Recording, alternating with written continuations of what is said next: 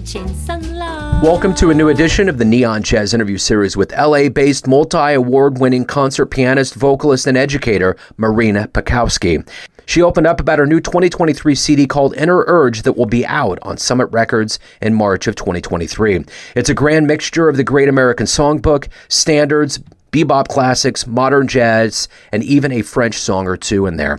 She is a multifaceted artist that has toured internationally and performed extensively in France, Italy, Spain, Germany, the Netherlands, and Belgium, as well as the United States. She has a great story. Enjoy this interview. Thank you for talking to me about your latest CD, Inner Urge. And before we get to the album, you know, going through COVID the last 3 years has been quite a thing for the jazz community, and I'm wondering how you survived it and how it changed the way that you do things and live your life now. Oh, well, in a lot of ways, and in some ways also I was kind of comfortable with the loneliness that, you know, the COVID era brought to all of us, because, you know, having devoted a lot of, you know, my teenage years and even childhood years to practice music, piano, singing, you know, I spent lots of hours just by myself practicing. And so when that happened, past, you know, the shock of, worldwide epidemic, I found myself comfortable practicing my piano even more, working on some arrangements, transcribing some stuff, you know. So that was the cool thing. And, well, of course, as everybody, you know, I ate a lot of ice cream and watched a few movies. You know, that didn't change much of my way of spending a lot of time by myself. But now the result of this is, of course, we are all, I think, super excited to be back, you know, on stage in a real in-person setting and sharing again. And I think it became even more, you know, precious and priceless that we have the opportunity to share what we love with the persons we love, you know, and to meet people and to be in life. And I think we realized how important to love and be loved is important, you know, just like in the song, you know, Nature Time, you know. Yeah, I absolutely agree. And having an album, Inner Urge, out and to have the chance to perform that live and just kind of a rebirth with the beginning of the year. How does this album feel? How does this release feel for you? Well, it feels wonderful. You know, it's my baby, and you know, I've had you know, we conceived it, you know, with a lot of care. I was lucky to have Scott Whitfield immediately volunteering to be co-producing with me this album, and to have a musician like him, you know, at my side was wonderful. And it feels great, you know. I was able to share music with people that I admire and who said yes to me, like, immediately in participating to the album. So I feel like, you know, the cover is green, like, you know, the color of hope and future and springtime, and it feels this good energy of springtime. I think it infuses also the whole album, you know, with this energy, you know, and we are garnering some really good and even excellent reviews, and we really look forward to the release March 10th, and then to the release party show at Vibrato on April 19th. That's also very exciting.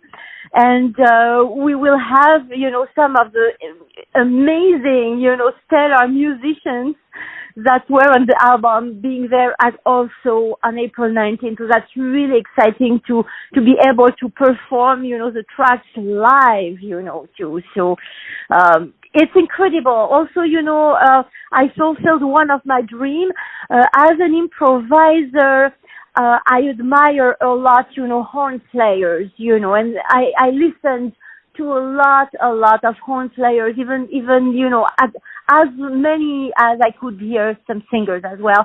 And I have a deep admiration for Joel Fram, amazing saxophone player. And when he said yes to participating to the album, I was just like, is it true? Is it real? Am I living the dream? And so, yeah, I feel good about it. Yeah, there is a springtime fresh energy in the whole album and about everything around it, I think. Yeah, well said. So let's get back into your life and tell me where you were born and raised and how the seeds of jazz got into you to become who you are. I love this question. So, well, I was born and raised in a small city of France, in the southwestern of France, Biarritz. Biarritz is in the Basque country, just, near the ocean, the Atlantic Ocean, and near the mountains. It's a beautiful, setting. And my dad was a deep jazz lover and used to play clarinet and saxophone. And he had a New Orleans band, later on a mainstream band as well. And when I was a kid, I just used to go with him when he had concerts. And, I would dance. I would bother them, dancing in the chords and the strings and everything. And we had a lot of records at home. And jazz was always part, of the life at home, the meals, friends coming over, playing together. My brother also plays the guitar. My mom, was a lover of musicals. She's not there anymore, unfortunately, but she loved, all these musicals. And so music was on all the time. And I started with practicing classical piano, which is my background, really. But when, I reached maybe the age of 9 or 10, I started spontaneously to improvise, doing so many other things, like just, walking or, doing anything. I would improvise freely. And that's how it started. And then later on at school, I was the youngest, participant to a jazz band of the high school. I was still in middle school, but I was allowed to join the band. And that's how I got my first band, I would say. So the other thing that's big in our development is, the concerts we see live. What was the first live jazz show that really made an impression on you? That's a great question. Let's see. Of course, yeah, it was the records, right? But let's see, live shows. I would say maybe, it was really my dad blowing his clarinet. I remember at this festival, it was in Vitoria-Gasteiz in the Spanish Basque country. And of course, to see him perform that festival, that was something. And then, I was able, to see some performers, like when I was really, really a kid, right? I saw Ray Charles performing in my city, with his band, and that was incredible to see him, I remember also that as a kid, my parents used to welcome some of the musicians who would come for a concert in town, so some American musicians, and so they would literally jam at our home, and I was really impressed by that too. A lot. I was able to see Brad Meldo in Marciac. I was able to see, so Brad Meldo, I love this pianist, like so much. And unfortunately, I was not able, to see all of my idols like Ella Fitzgerald, Sarah Vaughan. I would have loved, if I had been able to see them, because they are really, Ella is the best, all time. So, Yeah, but many concerts, but we also with some French, jazz musicians like, André Villéger, Nicolas Montier, Jean-Loup Lognon, who would come, often in my city perform. So, you've been around a lot of veteran, seasoned jazz musicians, legends in your life. And as an educator, I'm curious, what did you get from being around those musicians that you give to younger players and teach them? Oh, yes, of course. I mean, I think that music is an oral tradition, even if it's important to know how to read, and know some of the, the notation, but it's definitely an oral transmission. I think we learn being around them, but we also learn a lot listening to the records, So, yes, when, I have students, of course, I forward, first of all, the devotion in practicing a lot, in really spending the time.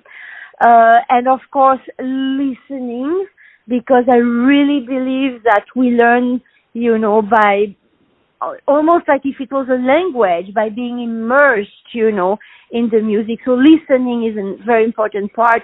And then, of course, all these great musicians, they have the knowledge, of the chord changes, of, the melodic phrase and everything like that. So, yes, I do my best to have this transmit to my students, in the best way I can, especially when I teach, vocal improvisation. My pianist, usually I, teach them a lot of classical music because it's my first background, right? And I think it's good to have, this kind of classical education at many levels because we learn a lot in terms of harmony, in terms of phrase, in terms of chops too, right? There's so many facets that go into being a musician, a professional musician, and what you do all the time. What do you like the best about being a professional musician? Yeah. Well, the first thing I love is just playing music. I mean, I live when I play music. I think it's a form of meditation. When you're able to play or to sing, and it feels good in the body, it feels good in the soul, it feels good in the heart. And I always tell my students, this is something I always tell them, that when you really, play, practice, you have no time for being depressed, for being worried, for, thinking to something else than the music you are playing or practicing, So that, then I love, of course, the contact with others, in the field of jazz. In the field of classical, it's different because as a pianist, most of the time, you are on your own, which I love too. I would say, yeah, that would be in contact with the great composers, like, Mozart, Beethoven, Schumann, Schubert, and then, in the jazz, be in contact with Charlie Parker, like people like that, Dizzy Gillespie, so having their repertoire, and of course all the classic, Cole Porter, who brought wonderful melodies to us, and so that, just a prime pleasure, just like eating, drinking, loving. For me, playing music is the same thing, the same sort of immediate pleasure, And also, I like the quote by the philosopher Nietzsche, who always, says, without music, life would be a mistake. And I always say that for me, without music, life would be a mistake. Music first heals me, and I'm never alone with music. And that's the main point. I'm never alone with music. And that's what also nourished me during the pandemic. So, why do you love jazz? Why do I love jazz? Well, so I love jazz for the ability of being creative, improvisation. Improvisation is a wonderful thing, and to be able to do it spontaneously on stage, it's the highest level of creativity, and especially with a band to do a simultaneous, improvisation together. It's incredible. I love music. I love jazz for the sound of the instruments and the soul, of saxophone, for example, listening to Coltrane, listening to Stan Getz, one of my favorite sax player, Freddie Hubbard, the sound of the instruments. I like, so many things. It's hard to understand to why you love something when it's like love at first sight. You know that you love, knowing why. I believe it's mainly for the improvisation level. I love improvising. I love the soul of it. And I grew up listening to jazz, so it's part of me, I would say. So everyone out there has a perception or an idea of who they think you are, your family, your friends, your fans, but you live your life. Who do you think you are? Well, that's a good question. I would say, human being who tries her best to live according to some principles, moral values,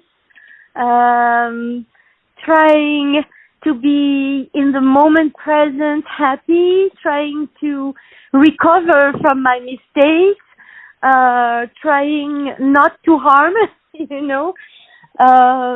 and being on earth for a little bit of time. So trying to live it as fulfilled as possible, not knowing, what is this mystery, of being alive and ending up being a musician. It's a mystery, the genes, the family heritage, the place where we live in the world. It's a mystery. So who am I? Just a human being trying to do his best, her best, I guess. Yeah. Wonderful. So if anyone out there wants to pick up the new album, learn more about any live shows, anything pertaining to you, where can they go? So on March 10th, it's going to be, the CD will be available on all the digital platforms, right? Spotify, iTunes Music, etc. It will be available on Summit Records labels for, physical purchase. It's going to be available through my website to reach me, and I will be able to send CDs. And then there will be a big CD release show at Vibrato in Glen Oaks on April 19th. So that will be the official CD release. It's going to be at 7:30, and I will be with Josh Nelson, Mike Rula, Roy McCurdy, Scott Whitfield, some, of the wonderful guests that I had on my CD, some surprise too. So, yes, I guess on all these occasions and platforms. Wonderful. This has been great. Thank you for opening up about the new album, about your life and music. I appreciate it. Thank you so much, Joe, for having me. I also really appreciate that. It was a pleasure. Thanks for listening and tuning in to another Neon Jazz interview, where we give you a bit of insight into the finest players and singers in France, Los Angeles, Kansas City, and spots all over the world, giving fans all that jazz. Thanks to Marina for her time, music, and story. If you want to hear more interviews, you can find Neon Jazz interviews at either Spotify or Apple Podcasts. You can subscribe to us out on YouTube. And everything Neon Jazz is found at theneonjazz.blogspot.com. Until next time, enjoy the jazz, my friends. Taking a chance on love, taking a chance on love.